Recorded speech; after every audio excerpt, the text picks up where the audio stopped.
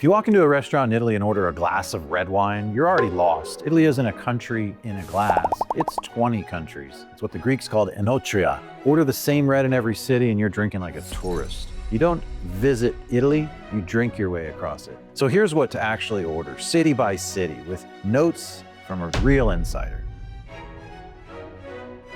One rule for the entire country. In any town, ask, what do they grow here? And then order that. I go to Italy numerous times a year. In fact, I'm one of 400 Italian wine ambassadors in the world. There's not one bottle that makes sense. It's a different wine everywhere you go. It's part of the joy and the beauty of dining and drinking in Italy. Veneto. Most commonly, you'll visit Venice. Everybody knows the Aperol Spritz, but the Aperol Spritz is actually made from Prosecco. There's lots of Prosecco, but Valdobbiadene is the special place where the serious Prosecco is from. In Verona, not far away, the city of Romeo and Juliet, you'll find the Amarone. This is an incredible wine that I highly recommend if you love big braised meat dishes from the region. And if you want a white wine from the region, definitely check out Soave. Also, up on your way to the Dolomiti and the Veneto, you might find yourself in Trento, which is the home of Trentodoc. This is mountain champagne made in the same méthode traditionnelle up toward the Alps, and it is a lovely sparkling wine.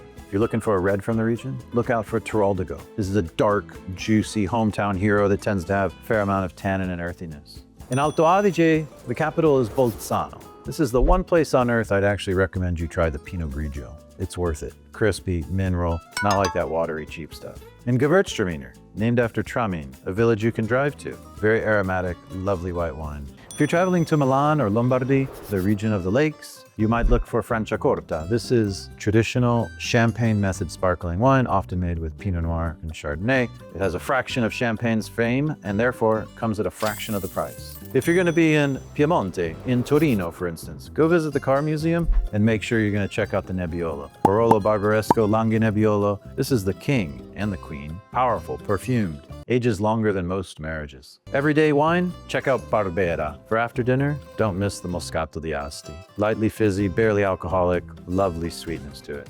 Tell us what city you're headed to and I'll tell you what to order when you land. If you're not heading to Italy this month, that's okay. I'll ship you the trip. Bring home Italy with this whole case of Italian wines, region by region. Click the link.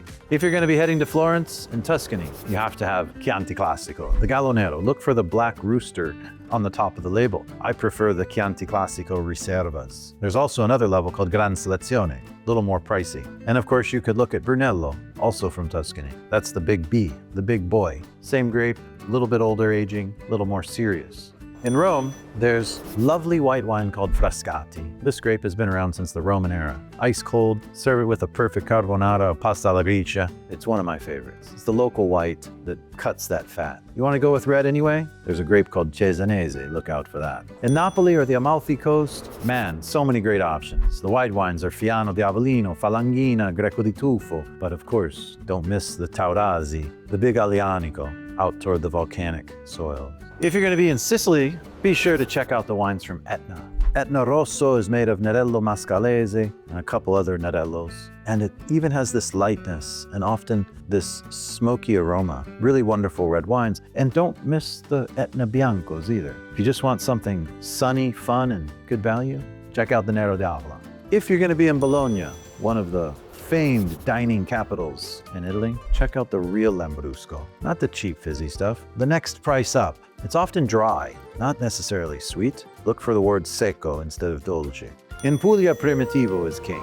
There's another grape I love called Negro Amaro. The Primitivo you'll be familiar with if you already know and like Zinfandel. It's ripe, it's warm, it's generous. Sardinia is most famous for Cananal grape, which is the same as Grenache in Spain, and Vermentino, which is one of my favorite white wines for the summer. In Sardinia, people drink wine almost daily. The Blue Zones has a lot of evidence that shows these people live longer than most anyone on earth. So make what you will of that.